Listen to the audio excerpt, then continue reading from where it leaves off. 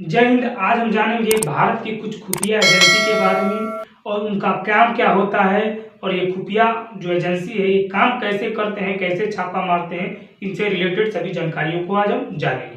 तो देखिए, सबसे पहले हम बात करें तो सबसे पहले नंबर ईडी यानी इंफॉर्मेशन डायरेक्टर, जिसका स्थापना 1956 में हुआ था। देखिए ईडी काम का क्या करती है। अगर आपका कोई बड़ा घर है जिसमें आप कोई दुकान खोल दिए हैं या कहीं पे भी आप दुकान खोल दिए हैं या कोई फैक्ट्री खोले हैं, अगर आप ज़्यादा प्रॉफिट कमाते हैं और आप टैक्स नहीं देते हैं, टैक्स का पैसा नहीं देते हैं, तो अगर ईडी आपके घर छापा मार देगी तो आपका एक एक रुपये का हिसाब लेती है ईडी। यानी 1 रुपया अगर आप कहीं उठाए हैं तो इसका भी हिसाब बताना पड़ेगा कि हाँ हमने 1 रुपया यहाँ पे उठाया है। नहीं तो आप जानते ही हैं कि जब अधिकारियों का दौड़ा पड़ जाता है तो एक के बदले दो ले लेते हैं। जब आप पकड़े जाते हैं जैसे ट्रेन में तो एक के बदले दो लिया जाता है। उसी प्रकार जब ईडी आपके घर छापा मार देगी तो एक एक रुपये का हिसाब लेती है। आगे दूसरा नंबर है सीबीआई यानी सेंट्रल ब्यूरो इंटेलिजेंस, जिसका स्थापना 1963 में हुआ था। सीबीआई का काम ये होता है, जैसे अपने ही देश, जैसे मान लीजिए भारत देश है, इसमें अगर कोई जघन्य अपराध हो गया, खूब खतरनाक अपराध हो गया जो पुलिस के रिमांड से पुलिस के रिमांड से अलग है, जैसे पुलिस से सब केस सॉल्व नहीं हो पा रहा है, तब इस केस को सीबीआई को हैंडओवर किया जाता है। यानी सीबीआई इस केस की देख रेख करती है और इसका क्या सोल्यूशन होगा वो निकालती है। आगे तीसरा नंबर है आईबी यानी इंटेलिजेंस ब्यूरो। आईबी आईबी का काम देखिए क्या है।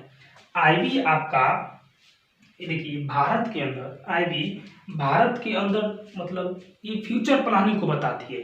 जैसे मान लीजिए भारत में कहीं कोई आतंकवादी आया है बाहर से और बम गिराने वाला है, या भारत में कहीं हमला होने वाला है, यानी फ्यूचर प्लानिंग को बताती है आईबी, जिसका नाम है इंटेलिजेंस ब्यूरो। इसमें वो लोग जाते हैं जो ये खोज में रहते हैं कि भारत में कहीं कुछ हो ना जाए। जैसे प्रधानमंत्री या मुख्यमंत्री या बड़े बड़े नेता लोग जब कहीं जाते हैं तो वहाँ जांच होती है ना, पहले से सब चीज़ जांचिंग हो जाती है, सिक्योरिटी लग जाते हैं कि उनके आने के बाद कोई यहाँ पे हादसा ना हो जाए, बम न फट जाए। उसी प्रकार आईबी ये जांच करती है कि भारत में कहीं बम न फूट जाए, कहीं हादसा ना हो जाए। ये चीज़ की जाँच आपकी आईबी करती है।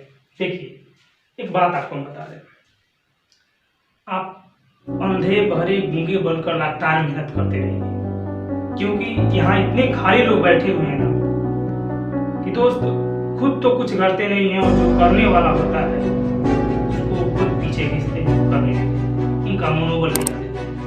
और यही लोग करते हैं जो गांव शहर मोहल्ले में कार के बैठे होते हैं, जिनके पास अगर राजनीति का कोई बात छेड़ दो तो माना कि आपस में वो लड़ाई कर देंगे वैसे। चौथा नंबर देखिए R&AW यानी research and analyse wing. Research and analyse wing इनका काम क्या होता है, ये दूसरे देश में फॉरेन कंट्री में जाकर वहाँ की इंफॉर्मेशन को इकट्ठा करते हैं और भारत सरकार को बताते हैं। आपको एक बात बता दें, 1977 में जब मोरारजी देसाई की सरकार थी, उस समय कुछ भारत के जो एजेंट थे वो पाकिस्तान में जाकर कुछ इंफॉर्मेशन इकट्ठा किए थे, और इंफॉर्मेशन ये था कि वहाँ की सरकार चुपके से परमाणु बम का निरीक्षण कर रही थी, जो कि परमाणु बम का निरीक्षण करना अलाउ नहीं है। वो परमाणु बम भी बना रही थी, उसका निरीक्षण भी कर रही थी, लेकिन जब ये रो वाले वहाँ पे जब गए तो उनका रो कई दिनों कई सालों तक इसका वहाँ पे इंफॉर्मेशन इकट्ठा करने में लगी थी। जिनका बाल का सैंपल वह वहाँ पे नाई बनकर उनका बाल का सैंपल ले आकर इंडिया में भेजी थी, जिससे पता चला हाँ कि पाकिस्तान में परमाणु बम का निरीक्षण हो रहा है और परमाणु बम बन भी रहा है। जो परमाणु बम बनाते हैं ना उनके बाल में एक अजीब तरह की केमिकल पाई जाती है। मोरारजी देसाई को जब ये मालूम चला तो उन्होंने तुरंत पाकिस्तान के जो वहाँ का पीएम उनको लोग फोन मिला दिया कि आप चुपके से परमाणु बम का निरीक्षण कर रहे हैं, परमाणु बम बनवा दे रहे हैं। उसने पाकिस्तान का जो पीएम था इनसे माफी तो मांग लिया, उसके बाद से वो अपने पुलिस प्रशासन को इतना गाली दिया कि भोसड़ी के तुम क्या कर रहे हो कि फॉरेन कंट्री के इंफॉर्मेशन आकर लोग यहाँ पे इकट्ठा करके वहाँ पे भेज दिए। उसके बाद से जितने भी वहाँ के इंडिया के जो वहाँ पे इंफॉर्मेशन लिए गए थे सबको पकड़वा कर गोली मरवा दिया। मोरारजी देसाई की एक गलती इतनी भारी पड़ गई। हालांकि यार भरोसा कुत्तों पर कैसे कर लिए मुझको तो यकीन नहीं होता। वही होता है, देखिए अगर आप किसी पर अंधे एकदम अंधा बनकर विश्वास करते हैं, कभी कभी एक इंसान आपको अंधा होने का एहसास हो दिला देगा। इसलिए आजकल अब किसी पे विश्वास करना यार अब क्या अंतर है, मतलब कुछ हो ही नहीं सकता।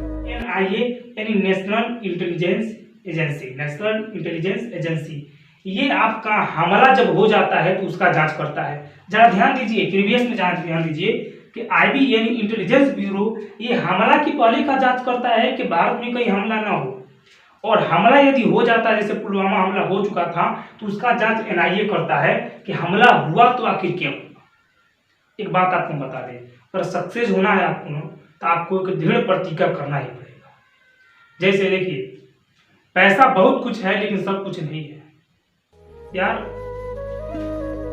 माँ बाप का दुआ आपकी जिंदगी बना देगी। माँ खुद रोती है लेकिन आपको हंसा देती है। भूल कर भी माँ बाप को आप कभी रुलाइएगा मत, क्योंकि माँ बाप के अरमानों पर मतलब आंसू फिर जाते हैं। कितने अरमान होते हैं माँ बाप को आपसे, आप अंदाजा तो लगाइए। अगर देखिए आप कभी लोग ये सोचते हैं कि मैं मोटिवेशन वीडियो देखूं, ये करूं तो मैं खुद मोटिवेशन हूं। देखिए जब तक आप अपने अंदर से मोटिवेट नहीं होंगे तो दूसरे को मोटिवेट करने से कुछ नहीं होगा। अगर आप कभी डिमोटिवेट होते हैं तो एक बार आप अपने पिता के फेस का और एक बार आप अपनी माता के फेस का देखिए, खुद मोटिवेट हो जाएंगे कि वो किस परिस्थितियों से निकल कर आपको इस लायक बनाए। यार हम तो ये सोचते हैं कभी कभी कि हमारे माँ बाप आज इतना सक्षम है कि हमको यहाँ तक कम से कम आती है।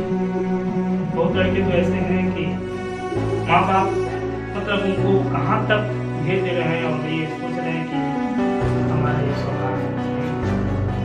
जरा आप एक बार उनको सोचिए जो आपसे नीचे हैं, और जरा आप एक बार उनको सोचिए जो आपसे। खैर आगे नंबर देखिए, NCB यानी narcotics control bureau. Narcotics control bureau ये नशीली दवाओं का जो नशीली दवा का लेन देन होता है उसका देख रेख करता है।